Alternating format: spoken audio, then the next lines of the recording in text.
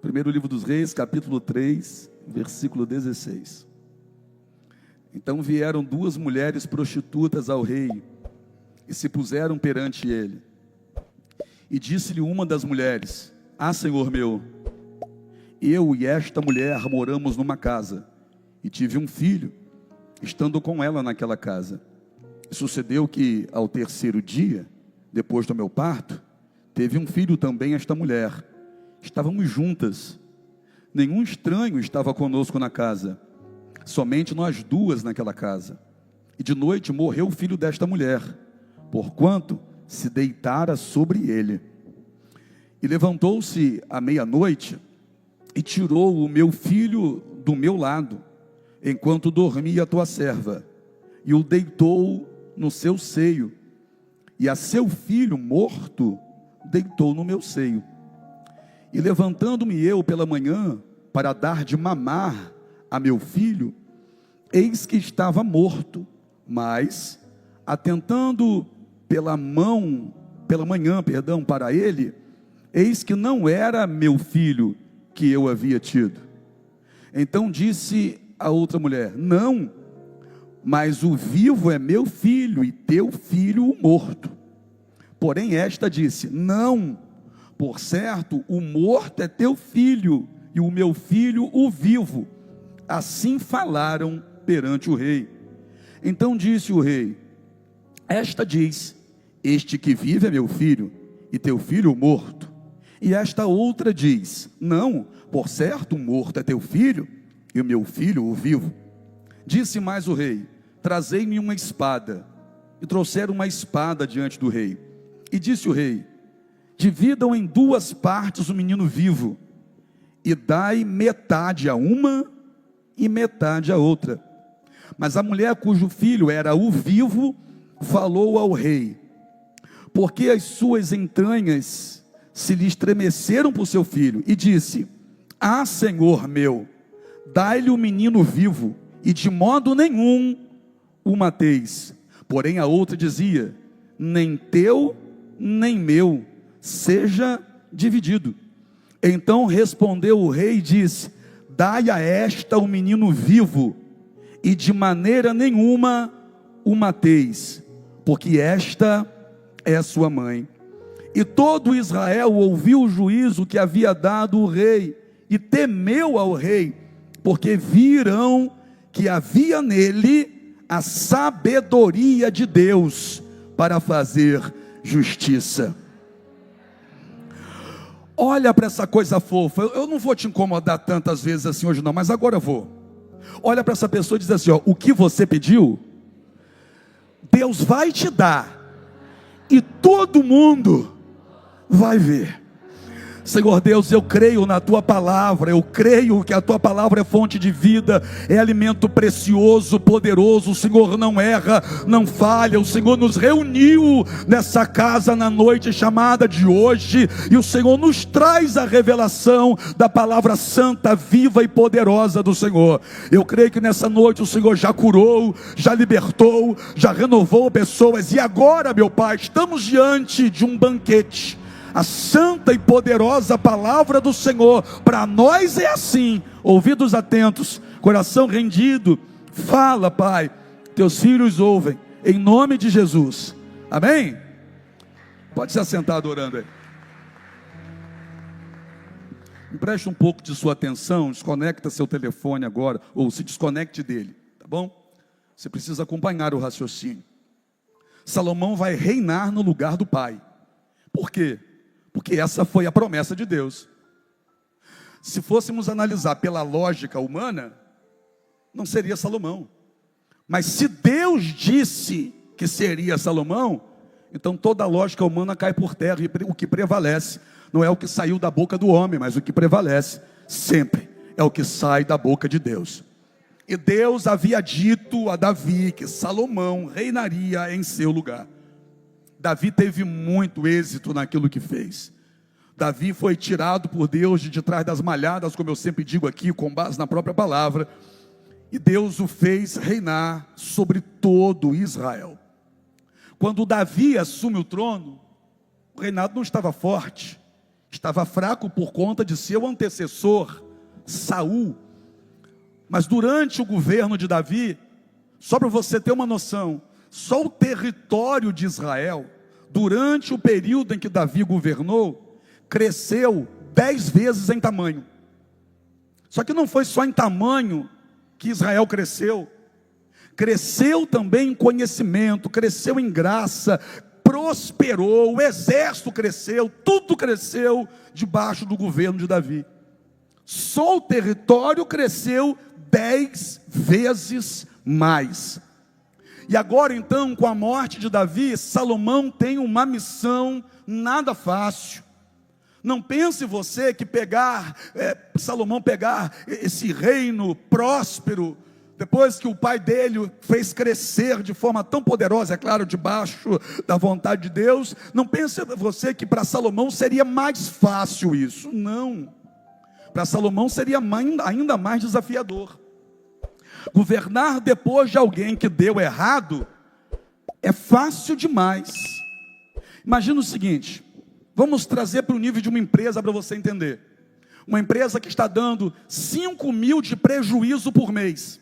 Prejuízo. Aí você assume a empresa. E quando você assume a empresa, ao invés de 5 mil de prejuízo por mês, a empresa passa a dar R$200 de lucro por mês. Pronto. Você já vai ser aplaudido. Porque mais R$200? Porque R$200 de lucro. Antes de você, estava dando 5 mil por mês de prejuízo. Agora você imagine uma outra situação. Você assume uma empresa que está dando R$20 mil de lucro por mês. E quando você assume, ao invés de ela dar R$20 mil de lucro por mês, ela passa a dar 10 mil de lucro por mês. Pronto, você está arruinado. Porque debaixo do seu governo está caindo a entrada. Sinal que o teu governo é pior do que o governo anterior. Porque não está ligado a valor, está ligado ao que está acontecendo. Se está perdendo ou se está ganhando. Então Salomão vai assumir um reino que só vinha crescendo, só crescendo, só crescendo, só em território 10 vezes mais. É verdade que o pai dele procurou prepará-lo para isso, ensinando muitas coisas para ele, ensinando sobre sabedoria para ele e deixando claro para ele: quando Deus vier a você, peça a Deus sabedoria. Aí Davi morre, Deus recolhe Davi, Salomão assume o trono, e assim que Salomão assume o trono, Salomão decide ir para Gibeon. E por que Salomão vai exatamente para Gibeon? Por conta da resposta para uma pergunta que ele fez. Salomão vai perguntar, assim que ele assume o trono, onde fica o maior altar no nosso território? E vão dizer para ele: olha, o maior altar fica em Gibeon. Aí Salomão agora decide então ir para Gibeon. Por quê? Porque Salomão quer apresentar um sacrifício a Deus. Preste atenção nisso aqui para você entender. Salomão, assim que assume o trono, pergunta onde fica o maior altar. Era em Gibeon. Ele vai para lá porque ele quer apresentar holocaustos, ele quer apresentar sacrifícios a Deus. E olha quantos animais Salomão vai sacrificar. Quem conhece um pouquinho da palavra já sabe: 1000. Salomão apresenta a Deus 1000 bois em sacrifício. Mas por que Salomão vai fazer uma coisa dessa? Se a gente for analisar a lei, lá em Levítico, não era para entregar nem 2, era para entregar 1. A lei mandava o homem entregar 1 boi em sacrifício.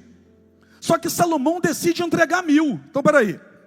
Um homem comum entregava 1. Um homem normal entregava 1 boi em sacrifício. O pai dele, Davi, não entregou 1. O pai dele, Davi, entregou 500. Aí Salomão assume o trono.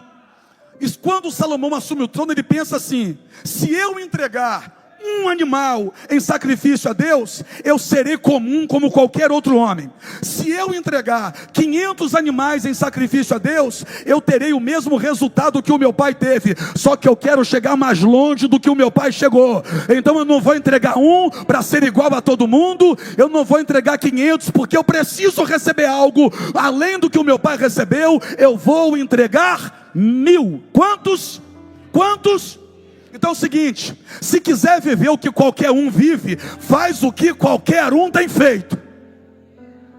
Se Salomão quisesse viver o que qualquer homem de Israel vivia, era só ele ir até um altar e entregar um animal em sacrifício a Deus.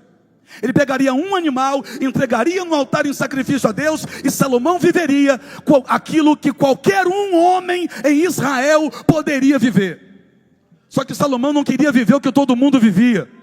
Eu vou dizer de novo isso aqui: Salomão não queria viver o que qualquer pessoa normal vivia. Salomão queria viver coisas maiores. Salomão queria viver coisas grandes. Salomão queria viver coisas poderosas. Já dizia Albert Einstein que a loucura de um homem é querer fazer o que todo mundo faz e querer provar de resultado diferente. Não dá certo. Se você quer viver o que a maioria não vive, adore como a maioria não adore, clame como a maioria não clama, jejue como a maioria não jejua, cultue a Deus como a maioria não cultua. Estou te dando uma oportunidade.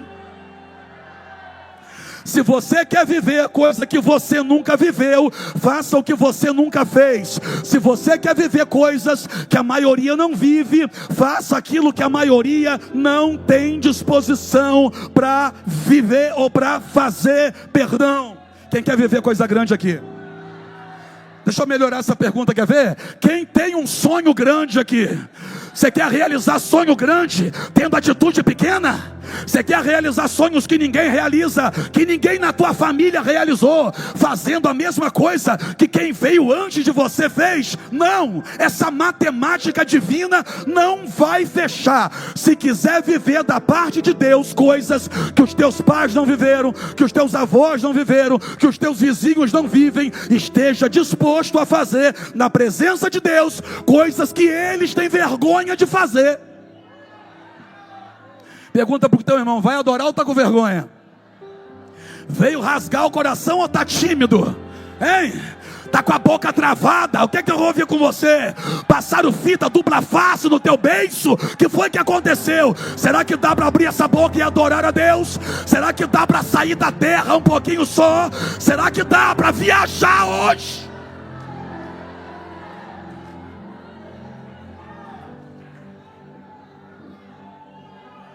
Aí eu vou sacrificar um. Vai fazer o que todo mundo faz? Para provar do que todo mundo prova? Se quer provar do que todo mundo prova, vai, imita. Seja uma Maria, vai com as outras. Agora, se não quer, pede licença a quem está do seu lado, mas faça barulho hoje.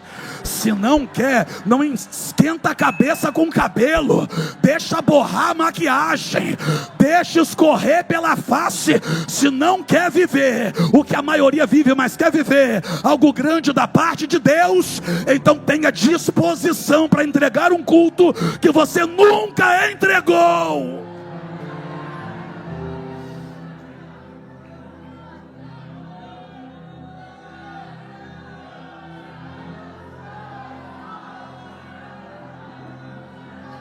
O culto está diferente, então fica diferente também, fica diferente, entra no culto diferente.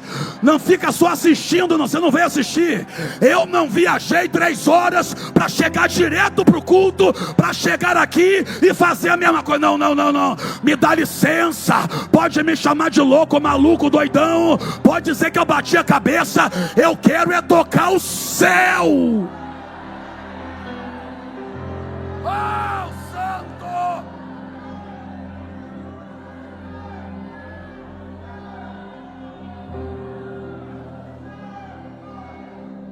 Naquela mesma noite Deus veio.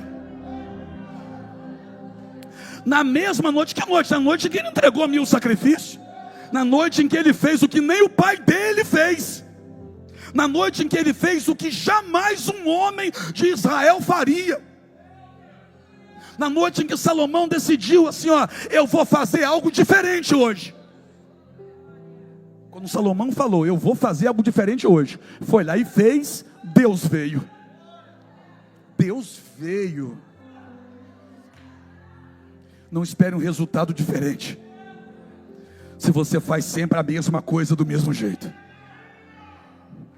O diferente que você deseja receber de Deus está vinculado ao diferente que você ainda não entregou para Deus. Apóstolo, como assim? É porque tem gente, eu vou falar, tem gente que vem para o culto, levanta a mão e diz assim: Senhor, faça algo diferente na minha vida. Só que Deus está recebendo de você o mesmo culto que sempre recebe. Você está adorando a Deus como sempre adorou, como qualquer pessoa normal adora. Você só dá glória a Deus quando eu digo que é para dar. Aí você levanta a mão e fala: Senhor, faça algo diferente na minha vida, faça algo grande na minha vida, faça algo extraordinário na minha vida. O diferente que você quer que Deus faça na tua vida está dependendo do diferente que você tem que entregar para Deus na noite de hoje.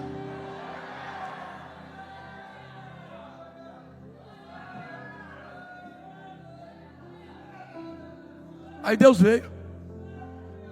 Deus agiu diferente? Agiu, por quê? Porque Ele fez algo diferente. Deus agiu diferente com ele, porque Ele fez algo diferente com Deus. Aí Deus vem na mesma noite e disse assim: pede o que você quiser e eu te dou. Os jovens não vão entender não, é porque a gente mais velha, da época que existia cheque, ainda existe, mas ninguém usa. O que Deus fez foi pegar um cheque em branco e entregar na mão de Salomão. Você tem noção do que Deus fez? Você nunca parou para pensar? Presta atenção no que Deus fez. Deus pode voltar atrás naquilo que Ele diz? Sim ou não? Então olha o que Deus disse: pede o que você quiser e eu te dou.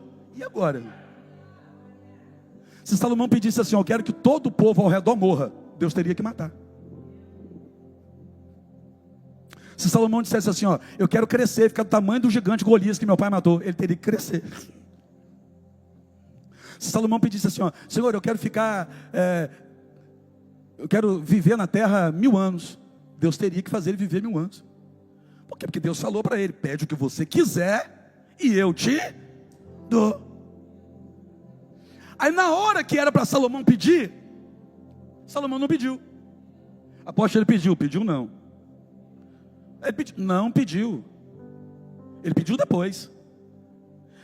Deus chega e diz: pede o que você quiser e eu te dou. Aí ao invés dele abrir a boca e logo pedir, porque do jeito que a gente lê rápido, ou que a gente pensa rápido, a gente imagina que foi assim: Deus veio, pede o que você quiser e eu te dou. Senhor, eu quero sabedoria. Não foi assim. Não foi assim. Ele fala para Deus: Senhor, eu vou ler o que ele falou. E disse Salomão, olha o que ele falou depois que Deus liberou para ele pedir o que quisesse. E disse Salomão: de grande beneficência usaste com teu servo Davi, meu pai, como também ele andou contigo em verdade e em justiça, e em retidão de coração perante a tua face, e guardaste-lhe esta grande beneficência, e lhe deste um filho, que se assentasse no seu trono, como se vê neste dia. Até agora ele não pediu. Eu estou no capítulo 3, no versículo 6. Até agora ele não pediu. Quando Salomão é liberado a pedir, sabe o que ele faz primeiro? Pergunta para mim o que? Ele reconheceu o que Deus fez, antes de pedir qualquer coisa a Deus. Deixa eu te dizer uma coisa: antes de abrir a boca para pedir, ele reconheceu tudo aquilo que Deus já havia feito. Antes de abrir a boca para pedir, ele prestou culto a Deus, dizendo para Deus: eu sei, foi o Senhor que tirou meu pai de trás das ovelhas, foi o Senhor que colocou meu pai no trono, foi o Senhor que abençoou meu pai, foi o Senhor que me deu como filho para ele, foi o Senhor que me deu o trono do meu pai para eu reinar no lugar dele. O que Salomão está dizendo? Antes de pedir, Salomão está reconhecendo, ai meu Deus, reconhecendo o que? Tudo que Deus fez na vida do pai e na vida dele. Quando eu reconheço o que Deus fez na minha vida, isso a gente dá um outro nome. Pergunta qual? Gratidão. Antes de pedir, Salomão estava agradecendo. Antes de pedir, Salomão estava, ai meu Deus do céu, antes de pedir, Salomão estava agradecendo.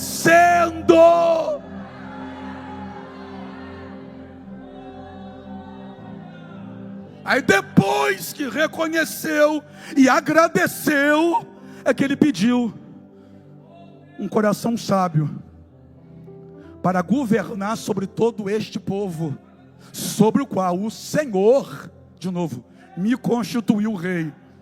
Não é porque eu sou o mais inteligente, não é porque eu sou o mais bonito, foi porque o Senhor me constituiu rei. Ele pediu o quê?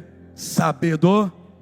Aí Deus olhou para ele e disse assim, ó: sabedoria e conhecimento te serão dados, mas também eu te darei riquezas, honra, glória, como nenhum rei antes de você teve, e nenhum outro rei depois de você terá. Eu vou repetir isso aqui: sabedoria eu vou te dar, ou seja, o que você está me pedindo, eu vou te dar, mas como você pediu da forma certa, eu vou te dar muito mais do que aquilo que você pediu. Está entendendo, pastora, que não é só pedir, mas é pedir do jeito certo, que quando eu peço do jeito certo, Deus me dá muito mais do que aquilo que eu pedi. Ai, meu Deus do céu, o que é isso? Deus está querendo te ensinar nessa noite.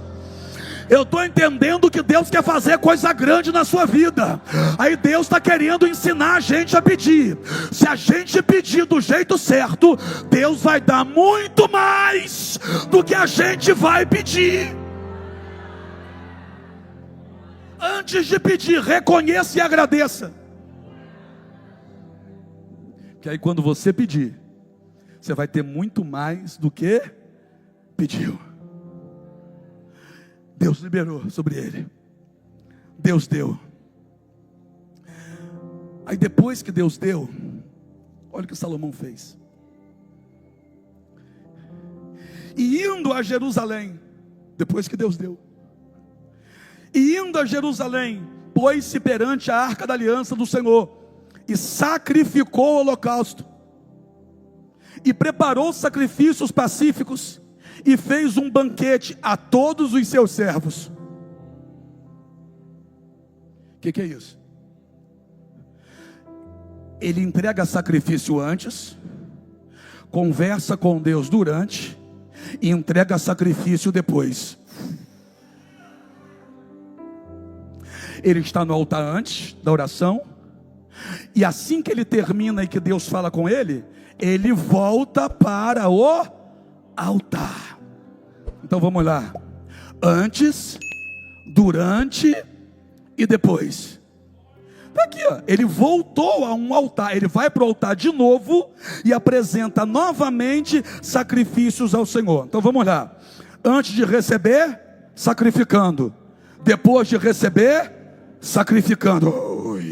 Antes de receber, está no altar; depois de receber, está no altar de novo. Antes, durante e depois. Antes, durante e depois. Pergunta para mim, por quê?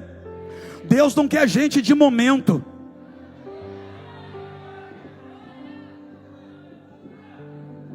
Um aleluia, dois glória a Deus, e outro me ensina de novo. Eu vou te ensinar de novo. Deus não quer você por um momento. Deus não quer você sacrificando antes, recebendo e depois indo curtir. Não. Veio orar, ora mesmo, Deus vai fazer. Mas quando Deus fizer, volta e ora de novo, adora de novo, entrega de novo, cultua de novo, porque o Deus que vai te dar hoje, vai te esperar domingo aqui.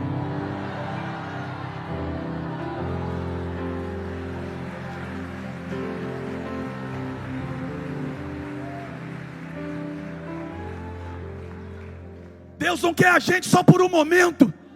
Deus quer relacionamento. Deus não quer ver a tua lágrima só quando você chora de dor. Deus quer continuar contemplando a tua lágrima quando ela também for de alegria. Deus não quer ouvir a sua voz só embargada pelo sofrimento. Deus quer ouvir a tua voz também se embolando de tanta felicidade pela conquista. Deus não quer receber o teu culto só quando você está quebrado, mas Deus também quer te ver aqui inteiro, levantando as mãos e dizendo: Deus, obrigado.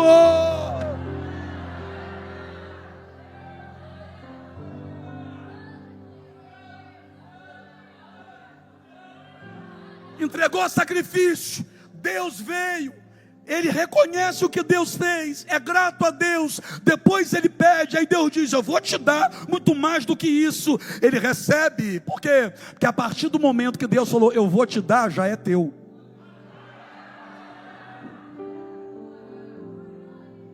Você está deixando na mão do diabo que você está deixando na mão dos outros que você está desligado, porque desde o momento que Deus falou que é teu, já é teu e acabou. Aí depois que ele recebe, ele volta para o altar. E agora? E agora ele precisa ter a certeza de que ele recebeu. Aí vem duas mulheres. E olha o que ele pediu a Deus: sabedoria para governar sobre esse povo, para julgar esse povo, que de tão grande que é, não pode nem ser contado, sobre o qual o Senhor me constituiu rei. Me dá sabedoria para fazer aquilo que o Senhor me chamou para fazer, para viver aquilo que o Senhor me chamou para viver, para dar conta daquilo que o Senhor está colocando nas minhas mãos. Aí vem duas mulheres, e é interessante que a Bíblia faz questão de dizer que são duas prostitutas. E quem eram as prostitutas ali? Prostitutas eram aquelas que viviam à margem da lei. Porque se você for parar para pensar, os 10 mandamentos que Moisés recebeu, escrito com o dedo de Deus na placa, era a cereja do bolo. Mas o que Deus entregou a Moisés foram 613 leis. Deus não entregou a Moisés só os 10 mandamentos. Deus entregou a Moisés 613 leis verbais. Essas leis é que iam reger todo esse povo agora. E as prostitutas não cumpriam a lei. Aí é interessante que as duas prostitutas que viviam à margem da lei passaram por uma situação delicada, e agora elas vão trazer a causa delas até o rei, para que o rei julgue a causa delas. Espera aí, então a prostituta que viu a outra pegar o filho dela, está querendo agora que o rei julgue a causa dela. E quando eu quero que o rei julgue a minha causa, eu estou dizendo que eu quero, Edinaldo, o benefício da lei. Então eu não cumpro a lei, mas eu quero o benefício da lei. O que é isso? É porque tem gente que não cumpre a Bíblia, mas quer o benefício da Bíblia. Que não cumpre a palavra de Deus, mas quer o benefício da palavra de Deus. Apóstolo, mas ali aconteceu. O que foi isso aqui? Isso aqui foi um relampejo da graça no Antigo Testamento. Agora não abusa da graça não. As duas trazem a demanda até o rei, prostitutas. E ela vai dizer assim para o rei: olha, nós duas moramos na mesma casa. Eu tive meu filho, 3 dias depois ela deu à luz ao filho dela. Nós dormimos na mesma casa, a gente mora junto lá. Aí a gente dormiu. E quando a gente dormiu, ela deitou em cima do filho dela e matou o filho dela. Tem um negócio estranho aqui. Ela deitou em cima do filho dela e matou o filho dela. Aí à meia-noite, peraí, está sabendo muito. Como é que sabe que a outra deitou em cima do filho e matou? Porque se viu a outra deitando em cima do filho, por que não avisou? Interessante. Ela deitou em cima do filho dela e matou. Ela sabe como que a criança morreu, né? Ela deitou em cima do filho dela e o filho dela morreu. Aí o que aconteceu? Ela se levantou à meia-noite, pegou meu filho vivo que estava no meu seio, colocou no dela, e pegou o dela que estava morto e colocou no meu. Só que quando eu acordei para dar de mamar, eu vi que a criança está morta. Mas quando eu observei direito a criança, eu vi que não era meu. Porque a gente sabe muito bem o que a gente gera. E a gente também sabe muito bem o que a gente não gerou. Estava morta a criança. Aí agora ela está dizendo que o filho vivo é dela. Só que o filho vivo é meu, não é dela não. Aí a outra abriu a boca e falou assim: não, o filho vivo é meu, o morto é seu. E o que estava acontecendo ali agora? ela era, a palavra de uma contra a palavra da outra. Não tinha uma terceira pessoa para testemunhar.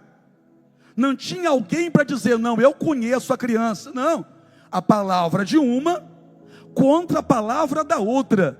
E as crianças praticamente do mesmo tamanho, só que um está morto. E é interessante o jeito que ela vai falar. Primeiro, filho na Bíblia fala daquilo que é gerado. Então filho na Bíblia, em vários contextos, também fala sobre projeto, também fala sobre sonho. Está comigo ou não? Também fala sobre promessa. Qual foi a promessa para Abraão? Filho. Então filho na Bíblia também traz a gente a pensar sobre sonho, sobre projeto, sobre promessa.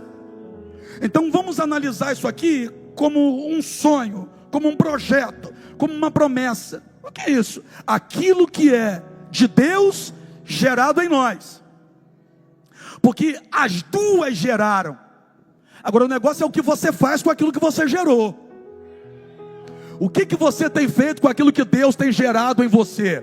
O que você tem feito com o casamento que Deus te deu? O que você tem feito com os filhos que Deus te deu? O que você tem feito com a porta de emprego que Deus abriu para você?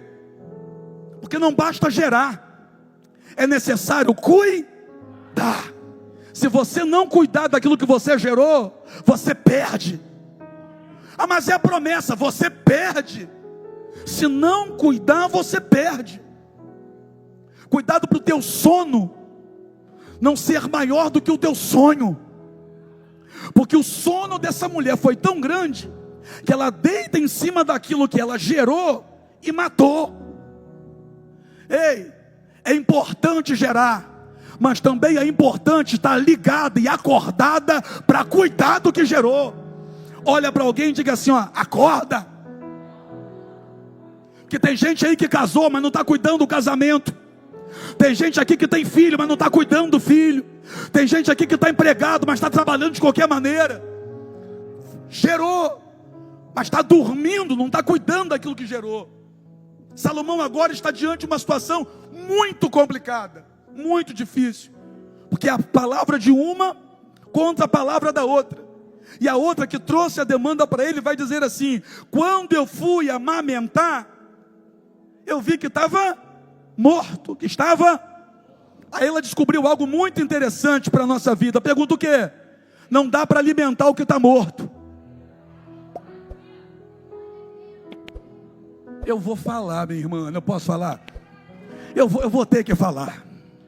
Porque tem muita gente que está querendo alimentar o que está morto. É muita gente alimentando o que está morto. Você não consegue alimentar aquilo que está morto. Para de querer alimentar relacionamento que já morreu. Para de querer alimentar historinhas que já morreram. Para de querer alimentar conversa, fofoca que já morreu. Já morreu. Não dá para alimentar coisa morta. Levanta essa cabeça e segue em frente. Tem gente que está com coisa morta nos braços querendo alimentar. Vai apodrecer nas tuas mãos. Não dá para alimentar mais coisa morta. Tem gente que confunde saudade com nostalgia. Nostalgia faz mal. É quando você olha para o teu passado e fica sofrendo por causa dele. Isso não tem nada a ver com saudade. O que é saudade então? É a dor da ausência misturada com a alegria da lembrança. Agora tem gente que olha para trás, não tem alegria nenhuma, mas fica pensando e falando de coisas lá de trás, querendo alimentar aquilo que está morto. Você não tem que alimentar o que está morto. Você precisa manter o que está vivo. Eu vou repetir, você não tem que ficar alimentando aquilo que está morto. Você tem que cuidar daquilo que está vivo. Aí ela agora está dizendo que o morto é meu, que o vivo é dela, mas não é assim que aconteceu. Salomão olha, pensa, e Salomão diz assim, ó, traz uma espada. Traz uma espada. Eu vou falar uma coisa para você, irmão. Onde a espada é levantada, a verdade aparece. traz a espada. Aí trazem a espada. Aí Salomão falou assim: olha, uma está dizendo que o filho é seu, você está dizendo que o filho é seu. A senhora, por sua vez, está dizendo que o filho é da senhora, mas que ela pegou o morto e colocou nos teus braços. É fácil, tem um vivo, não tem? Tem um vivo. Então, a gente pega esse que está vivo, corta ele no meio. Fica um pedaço para a senhora e outro pedaço para a senhora. E é nesse momento que a verdadeira mãe dá um grito e diz: não, assim não. Faz o seguinte, deixa o que está vivo com ela. Aí a outra disse assim, que não era mãe de verdade: não, eu acho isso justo, vamos matar ele, vamos cortar ele no meio, e cada um fica com uma banda. Aí Salomão entendeu na hora: peraí, a verdadeira mãe é aquela que está dizendo: não mate o menino. Mas aposto, o menino ia ficar no braço da outra. É uma perda momentânea para uma conquista eterna.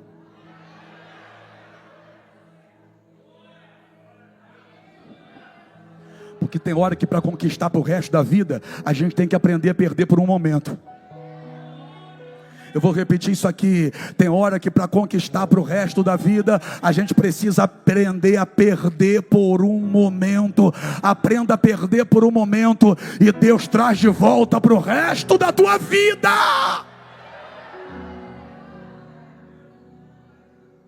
Mas olha o que a mãe falou: deixa ele, não faça isso, de modo nenhum o mateis. De modo nenhum o matei. Olha o que o rei falou: a verdadeira mãe é essa, não toque no menino, de modo nenhum o mateis. Espera aí, então o rei só repetiu o que saiu da boca da mãe. Eu termino aqui. Por quê? Porque as maiores sentenças para a sua vida saem da sua própria boca. Tem gente que está levando uma vida aqui de dor e de sofrimento, e se você parar para pensar, quem falou tudo isso aí foi você mesmo lá atrás. Foi você mesmo que abriu a sua boca. Eu vou falar, abriu a boca na hora da raiva, na hora de um estresse, e começou a amaldiçoar a própria vida. E está acontecendo aí na tua casa, está acontecendo na tua vida. Foi você mesmo que disse assim: ó, eu não tenho paz dentro dessa casa. Aí a casa está um inferno. Foi você mesmo que disse assim: ó, não tem jeito para o nosso casamento. Aí ele está saindo de casa. Foi você mesmo que disse assim: ó, esse menino só me dá trabalho. O menino está dando trabalho, porque as maiores sentenças para a sua vida saíram da sua boca mesmo. Tem gente aqui que está dizendo: poxa, eu estou tentando e não consigo. É porque lá atrás você abriu a tua boca e disse assim: ó, não tem jeito, isso não é para mim, eu não vou conseguir. Mas a boa notícia é: dá tempo de revogar as antigas e estabelecer uma nova. O rei só repetiu o que saiu da boca dela. Bata no teu peito e diga assim: ó, eu sou mais que vencedor.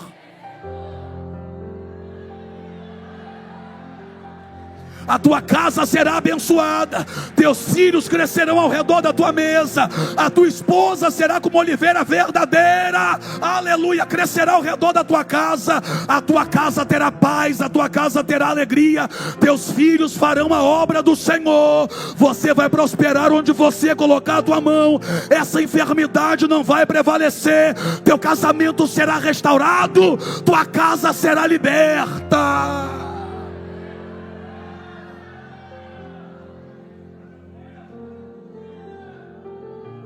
Se o rei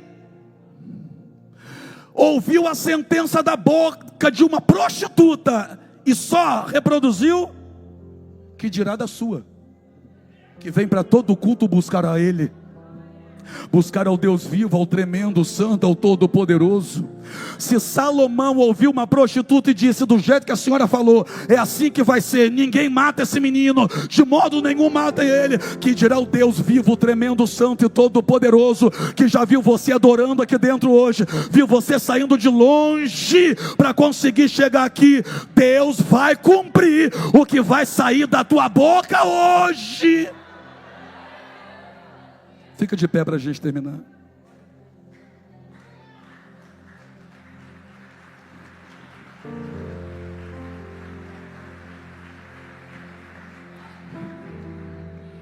Apóstolo, mas o senhor não sabe da minha vida. O senhor não sabe. Minha vida sempre foi uma vida muito sofrida. Aprenda uma coisa, de uma vez por todas. Passado pode até servir como referência, mas não é destino de ninguém. A gente não está andando para trás. Teu passado não é o teu destino. Seu futuro não vai ser igual ao teu passado. Se no teu passado tem alguma coisa que dê para pegar como referência, pegue. Mas você não está andando para lá. Não é teu destino.